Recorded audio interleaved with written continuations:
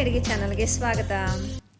ಇವತ್ತಿನ ರೆಸಿಪಿ ಕಹಿಯಾಗಿರೋ ಹಾಗಲಕಾಯಲ್ಲಿ ರುಚಿಯಾಗಿರುವಂಥ ಗೊಜ್ಜು ಮಾಡುವಂಥ ಒಂದು ರೆಸಿಪಿನ ತೋರಿಸ್ಕೊಡ್ತಾ ಇದ್ದೀನಿ. ತುಂಬಾ ಟೇಸ್ಟಿಯಾಗಿರುತ್ತೆ. ಇದು ಚಪಾತಿಗೆ, ರೊಟ್ಟಿಗೆ, ದೋಸೆಗೆಲ್ಲ ಒಳ್ಳೆ ಕಾಂಬಿನೇಷನ್ ಅಂತಲೇ ಹೇಳ್ಬೋದು. ಕಹಿ ಅಂತಲೇ ಅನಿಸೋದಿಲ್ಲ. ಹಾಗಲಕಾಯಿ ಇಷ್ಟಪಡಲ್ಲ ಅನ್ನೋರು ಕೂಡ ಇದನ್ನು ತಿನ್ಬೋದು, ಅಷ್ಟು ರುಚಿಯಾಗಿರುತ್ತೆ. ಈಗ ಇದನ್ನು ಮಾಡೋದು ಹೇಗೆ ಅಂತ ನೋಡೋಣ. ನಾನು ಇದನ್ನು ಮಾಡೋದಕ್ಕೆ 3 ಹಾಗಲಕಾಯಿಗಳನ್ನ ತೊಗೊಂಡಿದ್ದೀನಿ. ಇದನ್ನ ಸ್ಲೈಸ್ಗಳಾಗಿ ಕಟ್ ಮಾಡಿ ಇಟ್ಕೊಂಡಿದ್ದೀನಿ.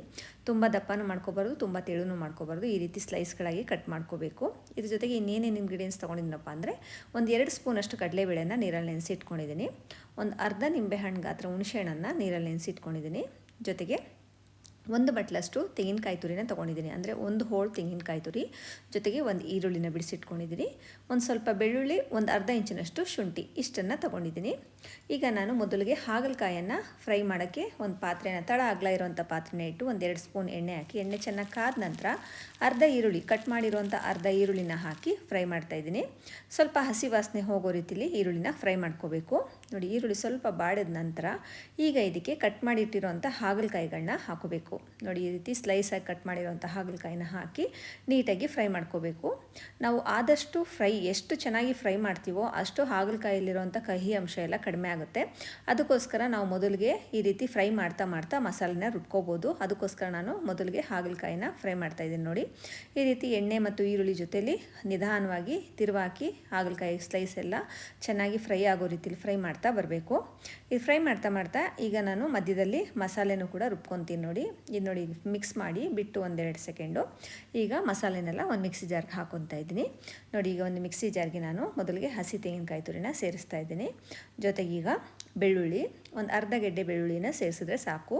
ಜೊತೆಗೆ ಒಂದು ಅರ್ಧ ಇಂಚಿನಷ್ಟು ಶುಂಠಿ ಸ್ವಲ್ಪ ಜಜ್ಜಿ ಸೇರಿಸಿದ್ದೀನಿ. ಜೊತೆಗೆ ಈಗ ಸ್ವಲ್ಪ ಚಕ್ಕೆ ಲವಂಗ ಪುಡಿನೂ ಕೂಡ ಸೇರಿಸ್ತಾ ಇದ್ದೀನಿ. ಲೈಟಾಗಿ ಸೇರಿಸ್ಬೇಕು, ಸ್ವಲ್ಪ ಚಕ್ಕೆ ಲವಂಗ ಪುಡಿ. ಇಲ್ಲಾಂದರೆ ಸ್ಕಿಪ್ ಮಾಡ್ಕೋಬೋದು. ಚಕ್ಕೆ ಲವಂಗ ಪುಡಿ ಇಷ್ಟ ಇಲ್ಲ ಅಂದರೂ ಸ್ಕಿಪ್ ಮಾಡ್ಕೋಬೋದು, ತೊಂದರೆ ಇಲ್ಲ. ಈಗ ಇದಕ್ಕೆ 1-2 ಸ್ಪೂನ್ನಷ್ಟು ಧನಿಯಾ ಪುಡಿನ ಸೇರಿಸ್ತಾ ಇದ್ದೀನಿ. 2 ಸ್ಪೂನ್ ಧನಿಯಾ ಪುಡಿ, ಜೊತೆಗೆ 1 ಸ್ಪೂನ್ನಷ್ಟು ಅಚ್ಚಕಾರದ ಪುಡಿನ ಸೇರಿಸ್ತಾ ಇದ್ದೀನಿ. ಈ ರೀತಿ ಸಪ್ರೇಟ್ ಸೇರಿಸಲಿಲ್ಲ ಅಂದ್ರೂ ಮಟನ್ ಸಾಂಬಾರು ಪುಡಿ ಇರುತ್ತೆ ನೋಡಿ, ಧನಿಯಾ ಮೆಣಸಿನ್ಕಾಯಿನ ಜೊತೆಲೇ ನಾವು ಬಿಡಿಸಿಟ್ಕೊಂಡಿರ್ತೀವಲ್ಲ, ಆ ಪುಡಿ ಕೂಡ ಸೇರಿಸ್ಕೋಬೋದು, ತೊಂದರೆ ಇಲ್ಲ. ಈಗ ನೋಡಿ, 2 ಹಾಕಾಯಿತು. ಈಗ ಇದಕ್ಕೆ ಅರ್ಧ ಈರುಳ್ಳಿ ಇಟ್ಕೊಂಡಿದ್ನಲ್ಲ, ಅದನ್ನು ಕೂಡ ಸೇರಿಸಿದ್ದೀನಿ. ಜೊತೆಗೆ ಈಗ 2 ಟೊಮೆಟೊನ ಕಟ್ ಮಾಡಿ ಸೇರಿಸ್ತಾ ಇದ್ದೀನಿ. ಜೊತೆಗೆ ಒಂದು ಸ್ವಲ್ಪ ಕೊತ್ತಂಬರಿ ಸೊಪ್ಪನ್ನ ಸೇರಿಸೋಣ. ನೋಡಿ, ಮಸಾಲೆಗೆ ಇಷ್ಟು ಪದಾರ್ಥಗಳನ್ನ ಹಾಕ್ಕೊಂಡು ರುಬ್ಕೊಂಡ್ರೆ ಆಯಿತು, ಅಷ್ಟೇ. ಈ ರೀತಿ ರುಬ್ಕೋಬೇಕು. ಈಗ ನೋಡಿ, ಮಧ್ಯದಲ್ಲಿ ಹಾಗಲಕಾಯಿ ಕೂಡ ಈ ರೀತಿ ಫ್ರೈ ಮಾಡ್ಕೊತಾ ಇರಬೇಕು. ಅಂದರೆ ಮಸಾಲೆನ ರೆಡಿ ಮಾಡ್ಕೊತಾ ನಾವು ಹಾಗಲಕಾಯಿನ ಈ ರೀತಿ ಮಿಕ್ಸ್ ಮಾಡ್ತಾ ಬರಬೇಕು. ನೋಡಿ, ಎಲ್ಲ ನೀಟಾಗಿ ಫ್ರೈ ಆಗಿದೆ, ತಳ ಎಲ್ಲ ಸ್ವಲ್ಪ ಕಪ್ಪಾಗಿದೆ. ನೋಡಿ, ಈ ರೀತಿ ಹಾಗಲಕಾಯಿ ಫ್ರೈ ಆದರೂ ಕೂಡ ತುಂಬಾ ಚೆನ್ನಾಗಿರುತ್ತೆ. ಹಾಗಲಕಾಯಲ್ಲಿರುವಂಥ ಕಹಿ ಅಂಶ ಎಲ್ಲ ಕಡಿಮೆ ಆಗುತ್ತೆ. ನೋಡಿ, ಈಗ ನೀಟಾಗಿ ಫ್ರೈ ಆಗಿದೆ. ಈಗ ಇದಕ್ಕೆ ನಾನು ನೆನೆಸಿಟ್ಟಿರುವಂಥ ಕಡಲೆಬೇಳೆನ ಸೇರಿಸ್ತಾ ಇದ್ದೀನಿ. ಕಡಲೆಬೇಳೆನ 1 ಅವರ್ ನೆನೆಸಿದ್ರೆ ಸಾಕು, ಇಲ್ಲ ಒಂದು ಅರ್ಧ ಗಂಟೆ ನೆನೆಸಿದ್ರೆ ಸಾಕು. ತುಂಬ ಹೊತ್ತು ನೆನೆಸೋ ಅವಶ್ಯಕತೆ ಇಲ್ಲ.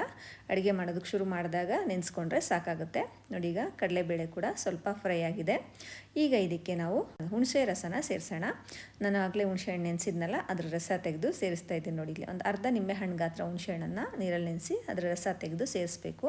ಈಗ ಇದನ್ನು ನೀಟಾಗಿ ಮಿಕ್ಸ್ ಮಾಡಿಕೊಂಡು ಹುಳಿಲೇ ಚೆನ್ನಾಗಿ ಬೇಯಬೇಕು ಹಾಗಲಕಾಯಿ. ಅಂದರೆ ಆ ನೀರಿನಂಶ, ನೀರಿನಂಶ ಇದೆಯಲ್ಲ, ಅದೆಲ್ಲ ಸ್ವಲ್ಪ ಡ್ರೈ ಆಗೋವರೆಗೂ ಹಾಗಲಕಾಯಿ ಬೆಂದರೆ ಅದು ಸ್ವಲ್ಪ ಹುಳಿ ಅಂಶ ಎಲ್ಲ ಹಾಗಲಕಾಯಿ ಹೀರ್ಕೊಂಡಾಗ ಕಹಿ ಅಂಶ ಕಡಿಮೆ ಆಗುತ್ತೆ. ಅದಕ್ಕೋಸ್ಕರ ಈ ರೀತಿ ನೋಡಿ, ಈ ರೀತಿ ಸ್ವಲ್ಪ ಡ್ರೈ ಆಗಬೇಕು. ಆ ರೀತಿ ಹಾಗಲಕಾಯಿನ ಫ್ರೈ ಮಾಡ್ಕೋಬೇಕು. ಈ ಗೊಜ್ಜು ಮಾಡಬೇಕಾದ್ರೆ ಹಾಗಲಕಾಯಿ ಫ್ರೈ ಮಾಡೋದೇ ಸ್ವಲ್ಪ ನಿಧಾನ ಆಗುತ್ತೆ ಅಷ್ಟೇ. ನೋಡಿ, ಈಗ ನೀಟಾಗಿ ಫ್ರೈ ಆದ ನಂತರ ರುಬ್ಬಿಟ್ಕೊಂಡಿರೋವಂಥ ಮಸಾಲೆನ ಸೇರಿಸ್ಕೋಬೇಕು. ನಾನು ಆಗಲೇ ಮಸಾಲೆ ಎಲ್ಲ ಮಿಕ್ಸಿ ಜಾರ್ಗೆ ಹಾಕಿ ರುಬ್ಕೊಂಡಲ್ಲ, ಮಸಾಲೆನ ಸೇರಿಸಿ ಈಗ ಇದಕ್ಕೆ ಸ್ವಲ್ಪ ನೀರನ್ನು ಸೇರಿಸಿ ಮಿಕ್ಸ್ ಮಾಡ್ಕೋಬೇಕು. ಅಂದರೆ ನಾವು ಗೊಜ್ಜು ಮಾಡ್ತಾ ಇರೋದ್ರಿಂದ ತುಂಬ ಜಾಸ್ತಿ ನೀರನ್ನು ಹಾಕಬಾರ್ದು, ಕಡಿಮೆ ಪ್ರಮಾಣದಲ್ಲಿ ನೀರನ್ನು ಹಾಕಿ ಗೊಜ್ಜು ಅದಕ್ಕೆ ನಾವು ರೆಡಿ ಮಾಡ್ಕೋಬೇಕು. ನಾನು ಮಿಕ್ಸಿ ಜಾರ್ಗೆ ಸ್ವಲ್ಪ ನೀರನ್ನು ಸೇರಿಸಿ ಹಾಕಿದ್ದೀನಿ. ನೋಡಿ, ಈ ರೀತಿ ಗಟ್ಟಿಯಾಗಿ ಇರಬೇಕು. ತುಂಬ ತೆಳು ಮಾಡ್ಕೋಬಾರ್ದು. ತೆಳು ಮಾಡಿಕೊಂಡ್ರೆ ಸಾಂಬಾರು ಥರ ಆಗಿಬಿಡುತ್ತೆ. ಅದಕ್ಕೋಸ್ಕರ ನೋಡಿಕೊಂಡು ಕನ್ಸಿಸ್ಟೆನ್ಸಿ, ಅಂದರೆ ಗೊಜ್ಜಿನ ಕನ್ಸಿಸ್ಟೆನ್ಸಿ ನೋಡಿಕೊಂಡು ನೀರನ್ನು ಸೇರಿಸ್ಕೋಬೇಕು. ನೋಡಿ, ಈ ರೀತಿ ಸ್ವಲ್ಪ ಗಟ್ಟಿಯಾಗಿರಬೇಕು.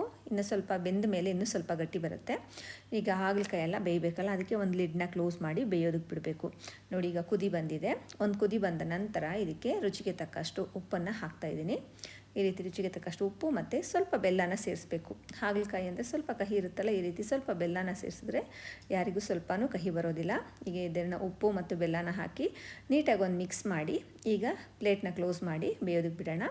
ಒಂದು 2ರಿಂದ 3 ನಿಮಿಷ, ಇಲ್ಲಾಂದರೆ ಕಡಿಮೆ ಅಂದರೆ ಒಂದು 5 ನಿಮಿಷ ಬೇಯಿಸ್ಕೊಂಡ್ರೆ ಸಾಕಾಗುತ್ತೆ. ಹಾಗಲಕಾಯಿಗಳು ನಾವು ಫ್ರೈ ಮಾಡೋವಾಗ್ಲೇ ಅಂದರೆ ಹುರಿಯೋವಾಗ್ಲೇ ಸ್ವಲ್ಪ ಒಂದು ಮುಕ್ಕಾಲು ಭಾಗದಷ್ಟು ಬೆಂದಿರುತ್ತೆ. ಈ ರೀತಿ ಗೊಜ್ಜಲ್ಲಿ 5ರಿಂದ 6 ನಿಮಿಷ ಬೇಯಿಸ್ಕೊಂಡ್ರೆ ರುಚಿಕರವಾಗಿರುವಂಥ ಹಾಗಲಕಾಯಿ ಗೊಜ್ಜು ರೆಡಿ ಆಯಿತು ಅಂತಲೇ ಹೇಳ್ಬೋದು. ಇದು ಚಪಾತಿ, ದೋಸೆ, ರೊಟ್ಟಿಗಂತೂ ಸೂಪರ್ ಕಾಂಬಿನೇಷನ್ ಅಂತಲೇ ಹೇಳ್ಬೋದು. ನೋಡಿ ಕನ್ಸಿಸ್ಟೆನ್ಸಿ ಕೂಡ ಕರೆಕ್ಟಾಗಿದೆ. ಈಗ ಸ್ಟವ್ನ ಆಫ್ ಮಾಡಿಬಿಡ್ತಾ ಇದ್ದೀನಿ. ನೋಡಿ ಕರೆಕ್ಟಾಗಿ ಬೆಂದಿದೆ, ಗೊಜ್ಜು ಕೂಡ ಕರೆಕ್ಟಾಗಿ ರೆಡಿಯಾಗಿದೆ. ಬಿಸಿ ಬಿಸಿ ಅನ್ನಕ್ಕೂ ಕೂಡ ತುಂಬಾ ಒಳ್ಳೆ ಕಾಂಬಿನೇಷನ್ ಇದು. ಮುದ್ದೆ, ಅನ್ನ, ಚಪಾತಿ, ರೊಟ್ಟಿ, ದೋಸೆ ಯಾವುದಕ್ಕೆ ಬೇಕಾದರೂ ಈ ರೀತಿ ಗೊಜ್ಜನ್ನ ನೀವು ಪ್ರಿಪೇರ್ ಮಾಡ್ಕೊಂಡು ತಿನ್ಬೋದು. ತುಂಬಾ ಟೇಸ್ಟಿಯಾಗಿರುತ್ತೆ, ಕಹಿ ಅಂತ ಕೂಡ ಅನಿಸೋದಿಲ್ಲ. ನೀವು ಕೂಡ ಟ್ರೈ ಮಾಡಿ ನೋಡಿ, ಟೇಸ್ಟ್ ಹೇಗಿತ್ತು ಅಂತ ನನಗೆ ಕಮೆಂಟ್ಸ್ ಮಾಡಿ. ಟೇಸ್ಟ್ ನಿಮ್ಗೆ ಇಷ್ಟ ಆದರೆ ನನ್ನ ಚಾನಲ್ಗೆ ಒಂದು ಲೈಕ್ ಮಾಡಿ, ಸಪೋರ್ಟ್ ಮಾಡಿ. ಆದಷ್ಟು ಈ ವಿಡಿಯೋನ ನಿಮ್ಮ ಫ್ರೆಂಡ್ಸ್ ಆ್ಯಂಡ್ ಫ್ಯಾಮಿಲಿಗೆ ಶೇರ್ ಮಾಡಿ. Thank you for watching.